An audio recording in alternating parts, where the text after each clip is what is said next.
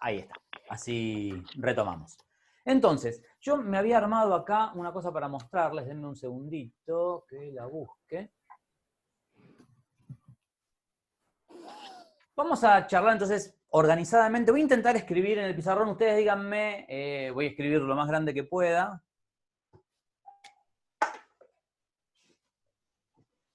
Bien, entonces, vamos a charlar un poquitito del caso del caso Semmelweis, analizarlo brevemente.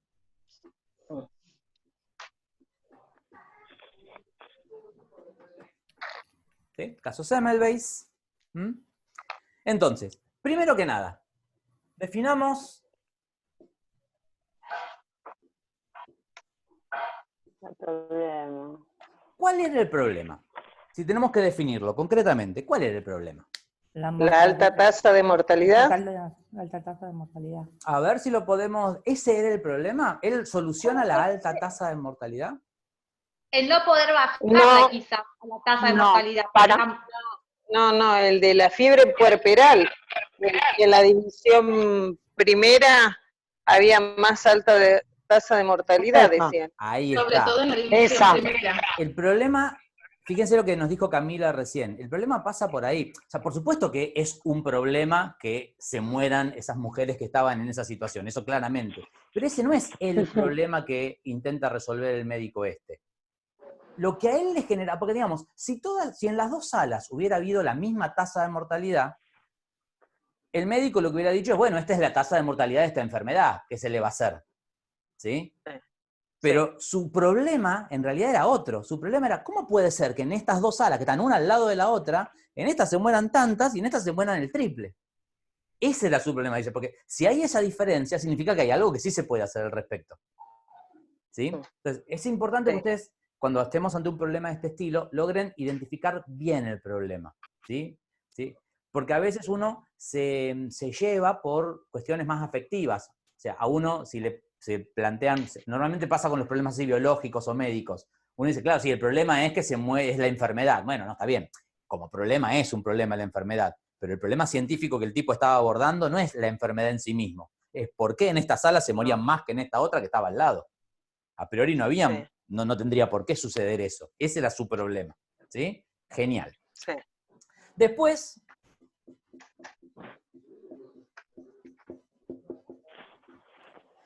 ustedes hace un rato me comentaron algunas de las hipótesis que se habían manejado, ¿no? Hablamos de la del sacerdote, hablamos de la posición en la que estaba durmiendo, ¿sí? ¿Alguna otra que se acuerden? La de los auxiliares. Los estudiantes. La que estaban los estudiantes de medicina. Las lesiones producidas, sí, por los estudiantes. No, pero empecemos, está muy bien, pero pensemos alguna de las primeras, ya que estamos, de las que no le funcionaron, ya que estamos. ¿Hacinamiento? Hacinamiento, ¿sí? Eran distintas hipótesis que él estaba en la probando. calle. ¿Cómo, perdón, Noelia? Había uno que parían en la calle, ¿no? Como que... Y eso era sí, pero epidémica, las influencias epidémicas. Claro, fíjense, el hecho de que algunas mujeres... ¿Y qué le pasaba a las mujeres que parían en la calle? No era tanta la tasa de mortalidad. No era tanta la tasa de mortalidad. Pero fíjense, eso en realidad es un dato. Es algo que uno quiere explicar. Fíjense, cuando hablamos de problemas explicativos, de la potencia explicativa de una hipótesis, está muy bien, está bueno que hayas traído justo este caso a colación. Cuando hablamos de la potencia explicativa de una hipótesis, lo que queremos decir es justamente eso, es la capacidad que tiene esa hipótesis para darle sentido a las cosas que conocemos. ¿Sí? Por ejemplo, fíjense, vamos a comparar dos casos que ustedes mismos los mencionaron recién. Tenemos el dato de que hay mujeres que parían en la calle y que tenían mucha menos tasa de mortalidad que la de las mujeres que estaban en esta sala problemática. ¿Sí? Entonces, fíjense, miremos dos hipótesis distintas y veamos cómo funciona la cuestión explicativa. Una de las hipótesis que en algún momento manejó Semmelweis, que creo que la descartó rápidamente, tenía que ver con que fuera un problema epidémico. ¿No? Alguna de ustedes lo mencionó recién. Que fuera una cuestión de una gran epidemia que estuviera asolando la ciudad. Entonces, ahora, fíjense, si yo me quedo con esa hipótesis, ¿sí? Tengo una epidemia que está asolando la ciudad. ¿Esa hipótesis me explica que las mujeres que parían en la calle tengan menos mortalidad que las que parían en la sala de la maternidad? No. Sí, puede ser. No. Si es una epidemia, ¿no debería estar en todos lados? En todos lados, exactamente. Entonces, fíjense, mi hipótesis no tiene poder explicativo. ¿Ven cómo falla el poder explicativo de mi hipótesis? Es un dato que ya tenía. Yo ya sabía que las mujeres en la calle, que parían en la calle, tenían menos tasa de mortalidad que las que estaban en esta sala. Y la hipótesis que estoy proponiendo no lo explica eso. Refuta entonces a que no es una epidemia. No, en principio no sé si es una epidemia porque yo no estoy haciendo, porque podría ser además una epidemia. Sí, esto no me está diciendo, no me está garantizando que no sea una epidemia. Lo que les estoy mostrando es cómo al menos hay un caso que no es explicado por la hipótesis. ¿Sí? Porque a veces yo lo que noto es que les cuesta identificar dónde está la parte explicativa de una hipótesis. Y normalmente nos cuesta identificar la parte explicativa porque estamos acostumbrados a mirar hipótesis exitosas. Y en las hipótesis exitosas es como que es obvio porque explica todo. Justamente está bueno encontrar un ejemplo de una hipótesis que no es buena explicando algo, porque ahí es donde uno detecta, claro, ahí es donde está el problema. Tengo estas mujeres que... Sí. Sí, entonces si yo, por ejemplo, que dice lo de la epidemia, y yo digo, no, porque las mujeres parían en la calle, es como que no tiene sentido la hipótesis que estoy diciendo con la explicación. No sé si no tiene sentido, lo que estamos diciendo es que sentido. Tu hipótesis no explica por qué la mujer que para en la calle tiene menos probabilidad de morirse que la que está ahí adentro. ¿Sí? No lo explica. O sea, yo, teniendo esa hipótesis, no entiendo por qué le pasa eso a las mujeres que están en la calle. Ahora, si la hipótesis es la otra que me habían comentado ustedes recién, la del hacinamiento, o sea, estoy diciendo, no, el problema es que en este lugar las mujeres están todas amontonadas. Eso sí es una hipótesis explicativa. Una consulta. Sí. Para mí sí lo explicaría, porque si en la calle no hay, o sea, la mujer que va a parir en la calle no le pasa nada, y sí dentro del lugar, ¿sí? Es como que entonces está pasando algo adentro del lugar, no en la calle. Está muy bien, pero no, entonces nuestra hipótesis... Pero no es una epidemia. Claro, entonces nuestra hipótesis original de que era una epidemia... sacando la epidemia, claro.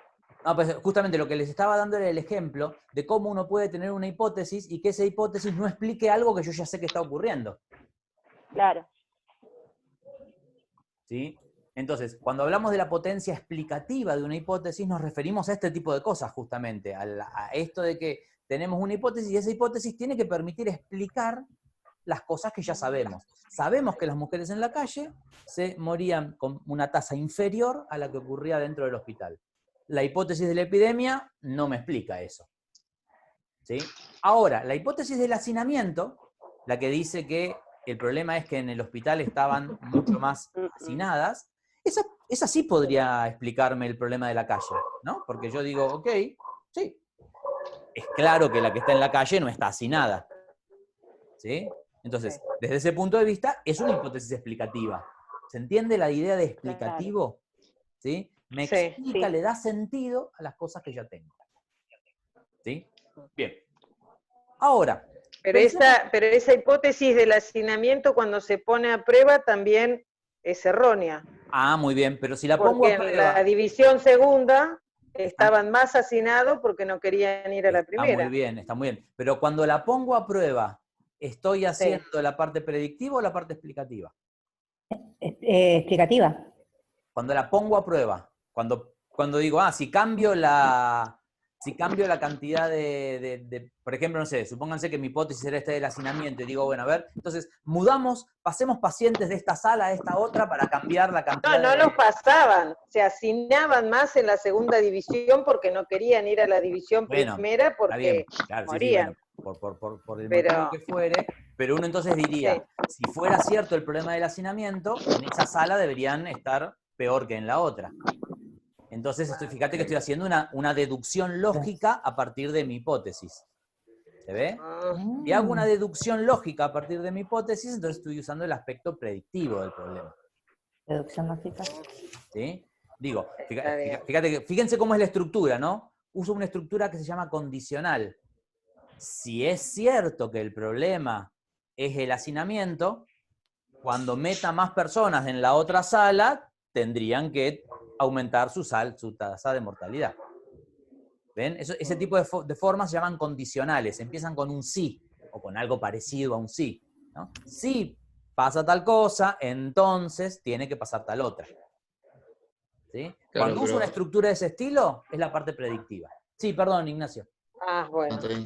Que quería decir, hay como una diferencia ahí, o sea, puede ser un análisis predictivo en el cual vos digas, si hago tal cosa, va a pasar otra cosa, pero en el caso del hacinamiento, por ejemplo, es un análisis predictivo, pero no sobre algo que va a pasar, sino sobre un dato que ya... Porque lo que hizo fue ir y corroborar los datos y ver que en realidad había la misma cantidad de personas en cada una de las salas, digamos, no es que fue algo de lo que iba a pasar o Está a muy partir bien, de está como muy una bien tu predicción. observación. ¿sí? O sea, la predicción sería voy a ver los datos y me va a indicar que en la sala 1 hay muchas más personas que en la sala 2. Digamos. Me gusta tu observación, está buena. Yo le agrego quizás el detalle de que acá el aspecto predictivo, uno está acostumbrado a pensar cuando hace una predicción es que está hablando a futuro, ¿no?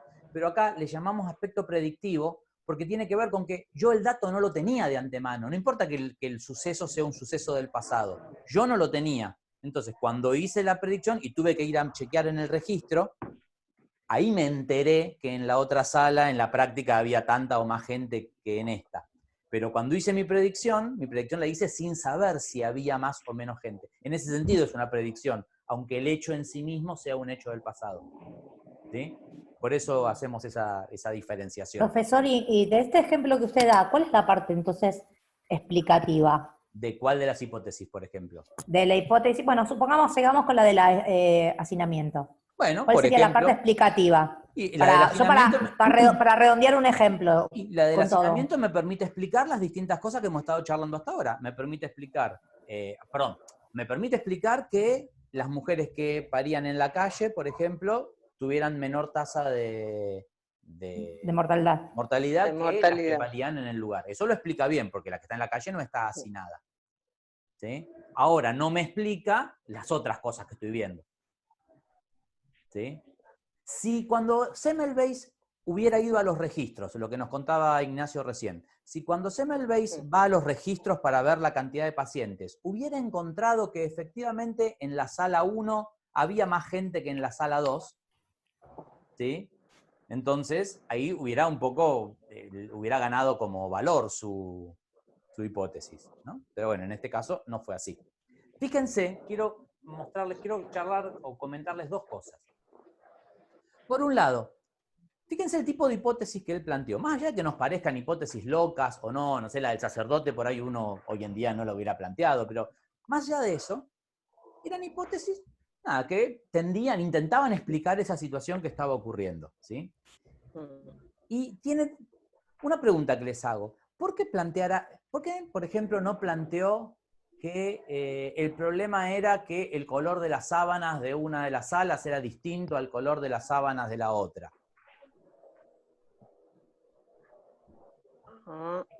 ¿Por qué no habrá planteado eso? Supongamos que fuera eso. Supongamos que las sábanas fueran de color distinto en las dos salas.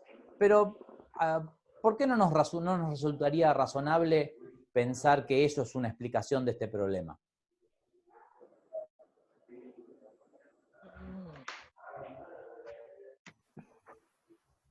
Digo, a priori no parece mucho más loca que la hipótesis del sacerdote pasando con el incienso. Porque las dos salas no estaban separadas por un tipo de enfermedad. Que podemos decir, tal enfermedad con tal sábana y tal casos de enfermedad con otro color de sábana, por ejemplo. No, bueno, está bien, pero digo, suponete que en una de las salas hubiera habido sábanas de un color, por una cuestión de costumbre, en esta sala se ponen sábanas de tal color, en esta sala se ponen sábanas de tal otro color. ¿Por qué no nos resultaría razonable decir, bueno, a ver, por ahí hagamos la hipótesis de que el problema por ahí es el color de la sábana? Porque es una hipótesis que yo podría hacer esa hipótesis, ¿no? Y podría probarla, ¿no? Podría intentar poner la prueba. ¿Cómo pondría a prueba la hipótesis de que el problema es el color de la sábana? Poniendo la sábana al mismo color a las dos divisiones. Cambio las sábanas y listo, ¿sí? Fíjense, entonces, empecemos con una primera cosa. Yo sé que esto puede parecer una pavada, pero estamos empezando a entender los detalles. Para que algo lo llamemos una hipótesis, ¿sí? Tiene que ser plausible, o sea, uno tiene que poder ponerla a prueba. Solo llamamos hipótesis a las cosas que se pueden poner a prueba, ¿sí? Si algo no se puede poner a prueba, no lo llamamos hipótesis. Eso es bien importante.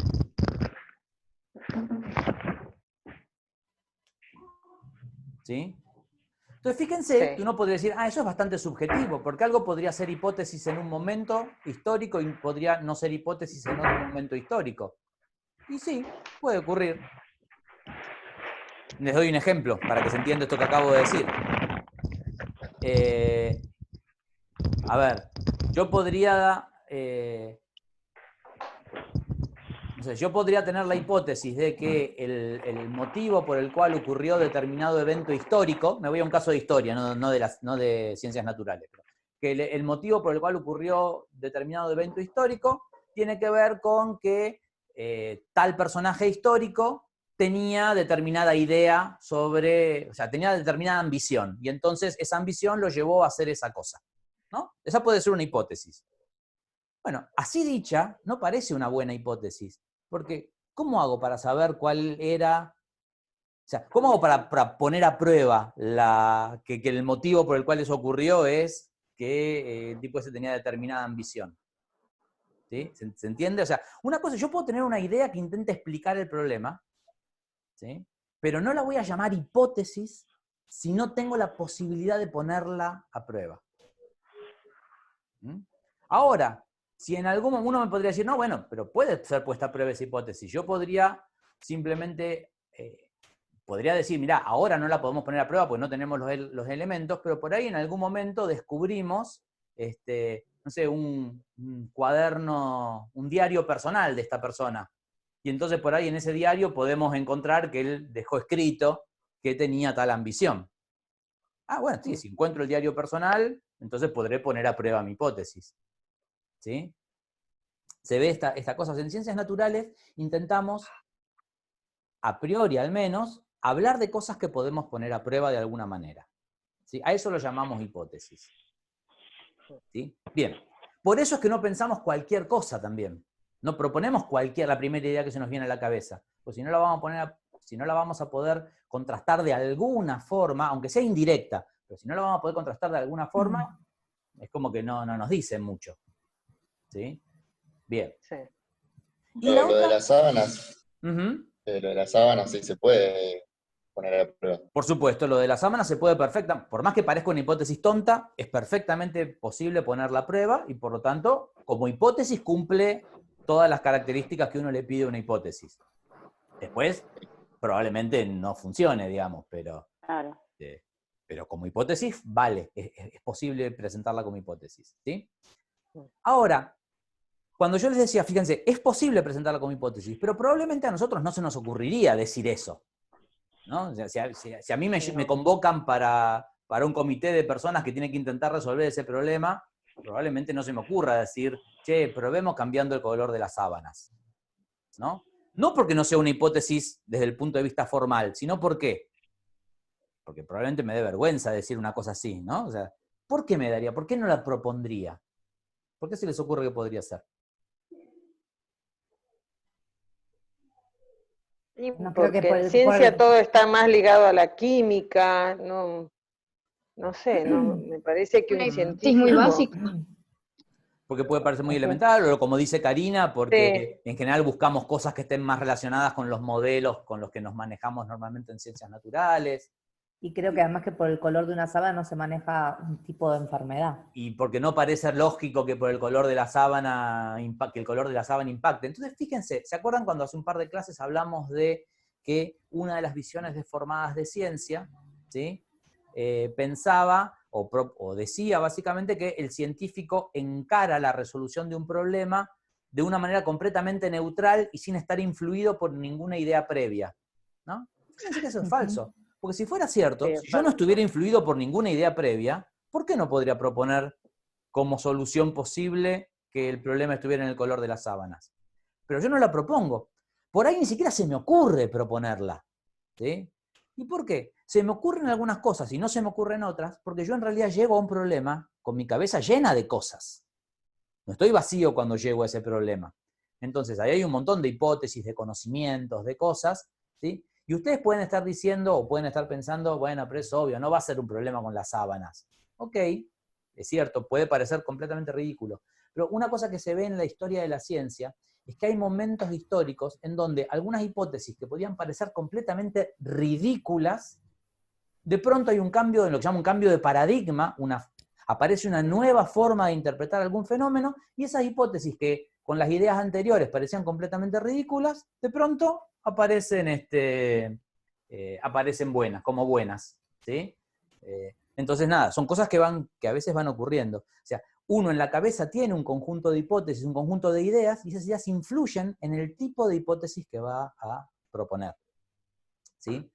Bien, déjenme... Claro, por ejemplo, sí. en estos casos, ellos dejaron de lado todo lo que era igual. O sea, la comida es la misma, esto es igual, todo esto es igual, no fueron por ahí, fueron porque cosas eran diferentes en las salas para empezar a hacer las... Eso es una cosa bastante típica cuando uno está probando, cuando uno está intentando poner a prueba una hipótesis. Uno dice, bueno, si estas dos cosas son iguales, entonces no debe estar ahí la causa del problema. La causa del problema tiene que estar en alguna de las cosas que son distintas. ¿Sí? Quiero introducirles dos palabras para que empezamos a usar algo de vocabulario. ¿Sí? Cuando uno plantea hipótesis y las pone a prueba, ¿sí? Poner a prueba una hipótesis, ya que estamos introduciendo algo de vocabulario, se llama contrastar.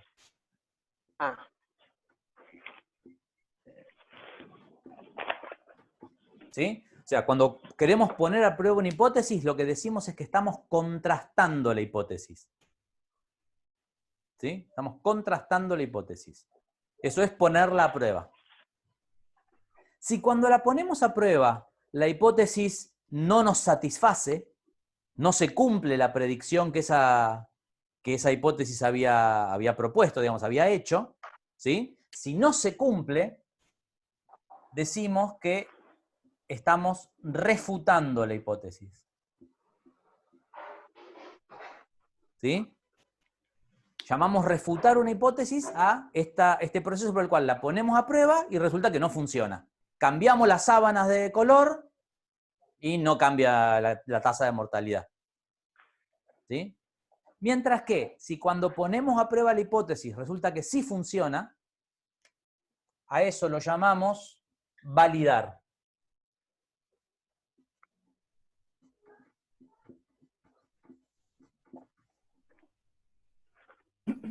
¿Sí? Profesor, una pregunta. Sí. En la primera pregunta de todo que dice, ¿cuál era el problema? Sí. En sí, ¿enumeramos más de uno o uno solo? Y eso depende de... En el caso este, por ejemplo. No, en el caso este el problema es uno solo y es ese concretamente, que en una sala hay una tasa de mortalidad más grande que en la otra. Sí, sí, sí. Ese sería el problema, lo de las salas. Exactamente. Gracias. ¿Bien?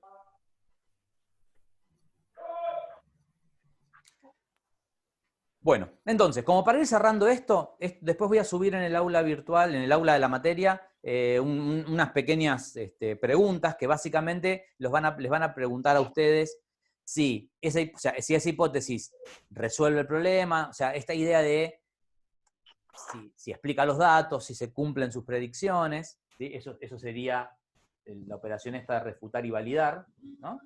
Uno la pone a prueba y se fija si se cumplen las predicciones, si explica los datos, y en función de eso define si la refuta o la valida, ¿sí? Y les voy a dejar pendiente esta pregunta. Anótensela, porque ahora también de vuelta ya se debe estar por vencer el tiempo. Anótensela. Esa hipótesis, supongamos que tenemos una hipótesis y la hipótesis está validada, o sea, parece que funciona. Tomemos el caso de Semmelweis. Él plantea la hipótesis de que hay, ¿se acuerdan estos cuerpos, corpúsculos cadavéricos, sí, creo que le llama algo así? Sí, material cadavérico. Y que ese sería la causa de todo este problema, y hace una predicción con eso. Él dice, si me logro sacar de encima ese material cadavérico, entonces debería debería bajar la tasa de mortalidad, le pide a los médicos que se higienicen con más cuidado, y efectivamente baja la tasa de mortalidad. O sea, eso diríamos es una validación. Hicimos una predicción y la predicción se cumplió. Entonces, la pregunta es, y con esto le pongo un poco de suspenso porque ya se está por cortar de vuelta la transmisión. ¿Eso significa que realmente eso es lo que estaba pasando? O sea, ¿el problema era realmente que teníamos cuerpos cadavéricos en encima. ¿Sí? O sea, nuestra hipótesis funcionó. Los tipos se lavaban las manos y mejoraba la situación. Entonces, ¿eso significa que efectivamente lo que teníamos era pedacitos de cadáver en la mano? Había material cadavérico y había también, decía en el texto, microorganismos vivos. Ahora no, a ver, yo lo escribí. Bien, fíjense, para esto que nos dice Karina, se los dejo como para que lo piensen. O sea, el tipo genera una hipótesis que es exitosa, le permite resolver el problema, pero si ustedes la miran con la perspectiva moderna, en realidad su hipótesis estaba equivocada. El problema no era que uno tenía pedacitos de cadáver en la mano. El problema era que uno tenía microorganismos. Sí. ¿Sí? Sin embargo, aún con una hipótesis que era equivocada, él logró resolver el problema. ¿Sí? Con el lavado de manos. Con el lavado de manos. Porque, y acá entonces viene la moraleja de todo esto.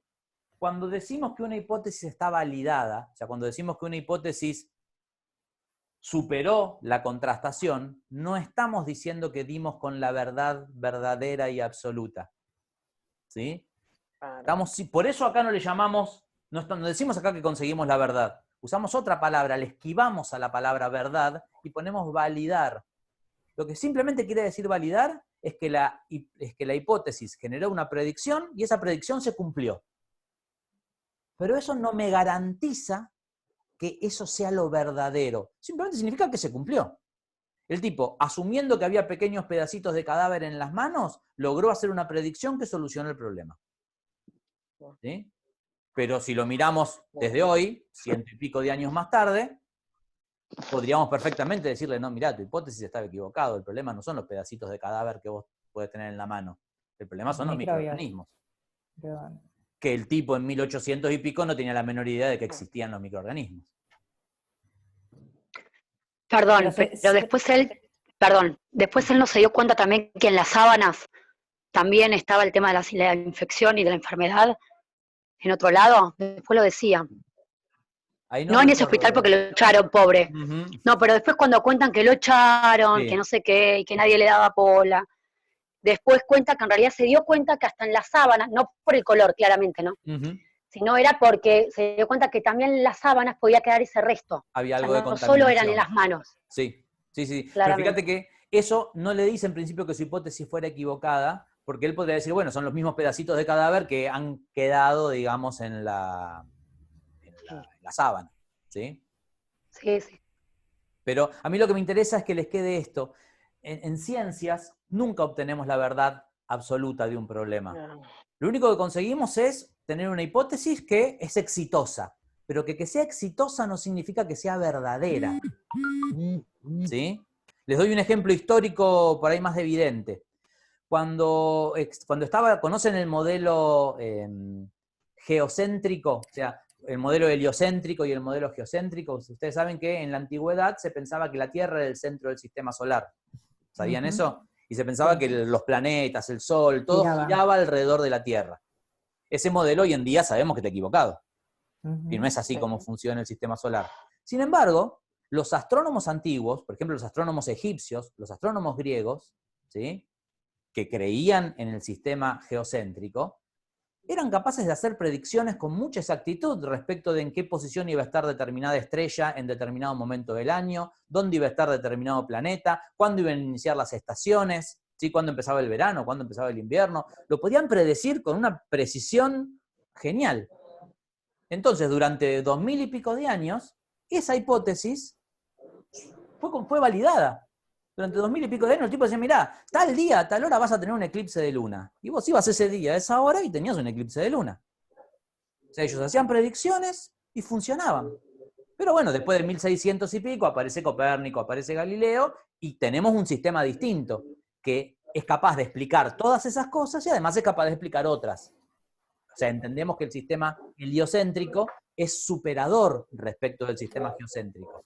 Pero perfectamente podemos tener durante 1000 años una teoría que explique las cosas que tenemos, que haga buenas predicciones y que en algún momento nos damos cuenta que hay otra mejor y que esa tiene alguna pifia en algún lado. ¿Sí? O sea, que una teoría haga una predicción y que esa predicción resulte validada, no es una garantía de que eso es la verdad absoluta. ¿Sí? Una de las cosas que debería haberles quedado después de escuchar la charla de Agustina Duris Bravo y de leer los textos, es que la ciencia nunca va a poder responder a la pregunta de cómo es el universo realmente, o sea, cómo es el mundo